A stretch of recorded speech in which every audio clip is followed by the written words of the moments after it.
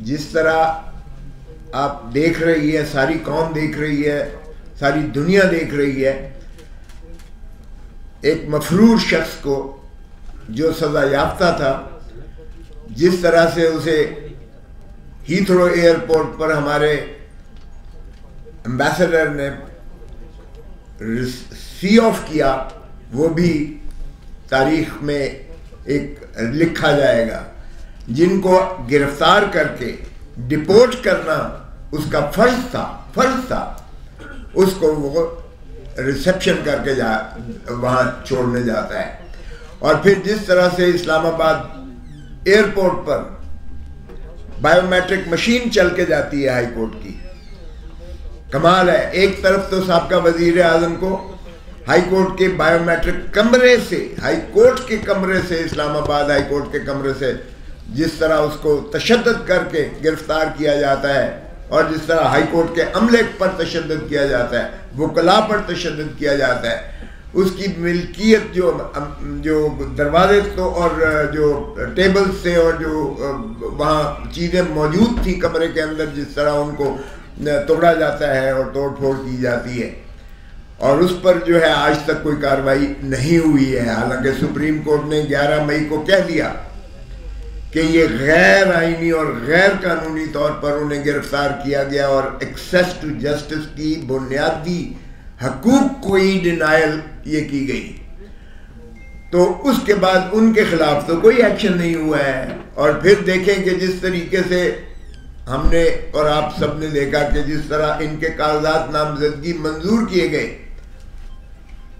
उन्हीं जिले सुबहानी के जिनको लाया गया है चौथी मरतबा वजीर आजम बनाने के लिए, ये पाकिस्तान की तारीख की बदतरीन प्री पोल रिगिंग है, बदतरीन प्री पोल रिगिंग है।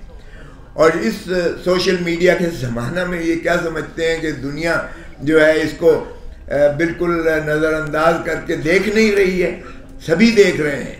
सो अगर आपने यही फैसला तय करके आए हो लंदन प्लान के मुताबिक कि बादशाह सलामत को चौथी मरतबा वजीर आज़म बनाना है, तो फिर खुदारा ये क्यों अजियत और कर्ब में कौम को डाल रहे हैं। जिस तरह चेयरमैन साहब ने कहा, इससे इंस्टेबिलिटी बढ़ेगी, पाकिस्तान की मईशत डूबेगी, और ये कोई पाकिस्तान का जो बहीखार नहीं कर सकता है। खुदारा आपने लंदन प्लान के तहत एक एक करके इस तरह अपने केसेस को तो बड़ी सुरत के साथ फैसले करवा के आप बरी हो गए, पवित्र हो गए। तो क्या वो पानामा लीक के जो पानामा में जो इंडिपेंडेंट जो है दुनिया के माने हुए लोग थे जिन्होंने तस्दीक और तफ्तीश की सारी दुनिया की, वो सिर्फ शरीफ खान वादे के बारे में नहीं थी, वो बाकी दुनिया के भी थे। जो गैरतमंद जो थे जिनके बारे में आए वो मुस्ताफी हो गए। लेकिन हमने वो 6 जो ऑफशोर कंपनी थी, कहते हैं जी नाम नहीं है नवाज शरीफ का, नाम नहीं। ओ भाई 6 ऑफशोर कंपनी जो शेल कंपनीज हैं वो हैं ही आप ही की। और जिस तरह से मनी लॉन्ड्रिंग हुई, जिस तरह से लेयरिंग हुई, जिस तरह से काजी फैमिली के अकाउंट्स में पैसे ट्रांसफर हुए, जिस तरह से हिसाबदार का कन्फेशनल स्टेटमेंट आया, जिस तरह से ब्रॉडशीट जो यानी एसेट्स फाइंडिंग जो एक नैब ने, उस वक्त की नैब ने अपॉइंट किया था बैनुल अक़वामी डिटेक्टिव्स को, उन्होंने जो फाइल्स, उन्होंने जो इनकी अनअर्थ की सारी प्रॉपर्टीज, और जिस तरह से फिर JIT बनी और 10 वॉल्यूम सुप्रीम कोर्ट में दिए गए, वो सब ये कहते हैं रद्दी की टोकरी थी जी वो। तो फिर तो माशाल्लाह आप तो पवित्र हो गए, और बाद में आप धरती माँ को लूटने का जिस तरह से आपने हर दफ़ा मर्तबा किया है, आप चौथी मर्तबा फिर लूट के जा रहे हैं। कौम देख रही है और अब लोगों को आप नहीं बना रहे। इतनी धांधली के बावजूद प्री पोल रिगिंग के 8 फरवरी होने दें, इलेक्शंस को ट्रांसपेरेंट करने दें, फिर खाइफ किस लिए, डरते किस लिए। ये सारी आपकी जो चल रही थी अभी आपको दिखाई गई है। बल्ले के निशान को क्या आप चाहते हैं कि देखें, पाकिस्तान, हिंदुस्तान और बांग्लादेश में ये क्यों कर सिंबल रखा गया है। यूरोप में तो सिंबल नहीं है क्योंकि वहाँ सब एजुकेटेड है। यहाँ हमारी जो अनएजुकेटेड हैं, जो लिखना पढ़ना भी नहीं देख सकते, वो निशान पर ही वोट देते हैं। तो आप पाकिस्तान के गरीब आदमी को, किसान को, मजदूर को, दहकान को, एक मेहनत कश को आप उसके बुनियादी हक से महरूम करते हैं जब आप सिंबल को हटा देते हैं। और ये खुश ना हो, कल को शेर की बारी आ सकती है, परसों तीर की बारी आ सकती है, तो ये कब तक खेल तमाशा आप करते रहेंगे? इस मुल्क की जमहूरियत के साथ खिलवाड़ करते रहेंगे। अतहर मिनल्ला साहब ने अपने नोट में लिखा कि 47 से हम जो खिलवाड़ कर रहे हैं इस मुल्क की जमहूरियत के साथ, किसी को फांसी दे देते हैं, किसी को ताहयात नाहल करते हैं, किसी को आज हमने पाबंद सलासिल किया हुआ है, ये जमहूरियत का मजाक उड़ाने के मुतरादिफ है। और अब जो कुछ हो रहा है ये जमहूरियत का जनाजा निकालने के मुतरादिफ है। खुदारा होश के नाखुन लें और मुल्क को आगे चलने दें, ताकि मुल्क जो है अवाम का है। अवाम ही की रियासत को अगर देखें तो रियासत वजूद में ही तभी आती है जब आप इलेक्शंस करवा के उनके नुमाइंदों को उनकी हक के हुक्मरानी, अल्लाह ताला की हाकमियत आला किताबें दे दें।